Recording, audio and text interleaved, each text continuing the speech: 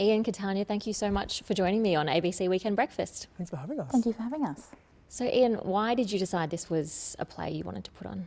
Well, the play's been circulating my life as a theatre maker for so long. There's a monologue from the play.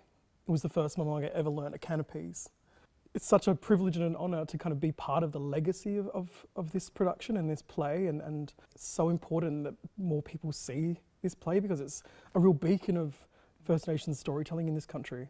And you have a personal connection to the Stolen Generations, right? Mm-hmm. Yeah, so one of the first plays I ever wrote was a verbatim Stolen Generations story. And unfortunately, a few of those people had passed away, so we couldn't tell their stories. And I was talking to my dad, and I was like, I'm trying to write this play. And, you know, it's been really hard to get the permission to tell them. And he said to me, he was like, why don't you tell my story? And I was like, oh, Dad, that'd be great, but, you know, it's a really specific thing. It's about the Stolen Generations. And he said, yeah, I've never told you, but I was taken. And I was 25. And so that also has been a real kind of big part of wanting to direct this production as well. As a cast of all First Nations actors, I mean, there are some really heavy themes that are explored. Kartanya, after your rehearsals and performances, is there a way that, you know, you and the rest of the cast decompress and reflect? Do you have to sort of take a moment to come together and do that? It's a very different process for all of us. Personally, I really like to just I go and just flop on the couch and I get out my crochet needle and I just crochet. I tend to watch really bad reality TV, so that's my way. But also at the end of every show, we've had this little tradition of us just kind of all holding each other for a second and just acknowledging what we've just gone through together, letting it go and leaving it here. Tell me a little bit about your character, Ruby, because out of the five, she seems to be maybe the most visibly vulnerable and maybe one of the youngest of the five. Tell me a bit about who she is. She's only a little bubba, she's like 5, and she doesn't know what's going on. You slowly see parts of her being closed off.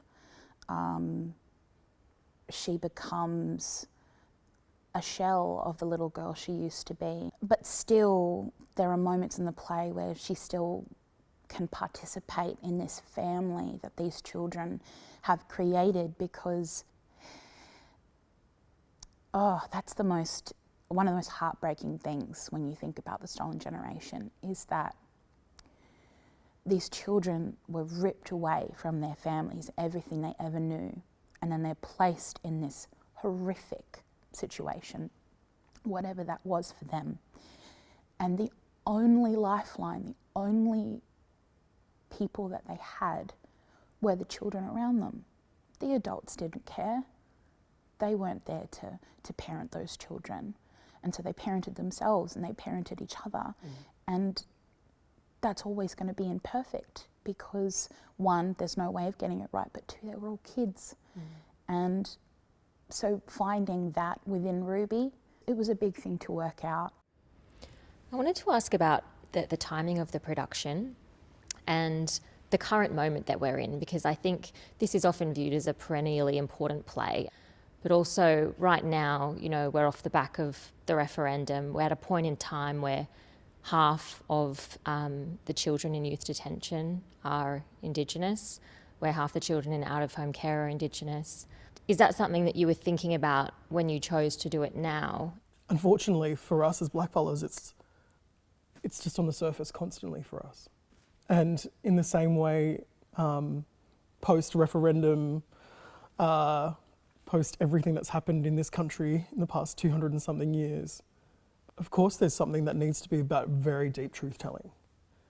And, you know, of course, we want the audience to lean in to these characters and to love them and be invested in them.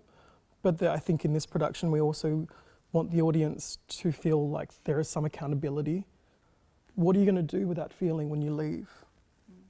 That seems like a very appropriate place to end. Ian, Kartanya, thank you so much for your time and good luck for the rest of the season. Thanks so much.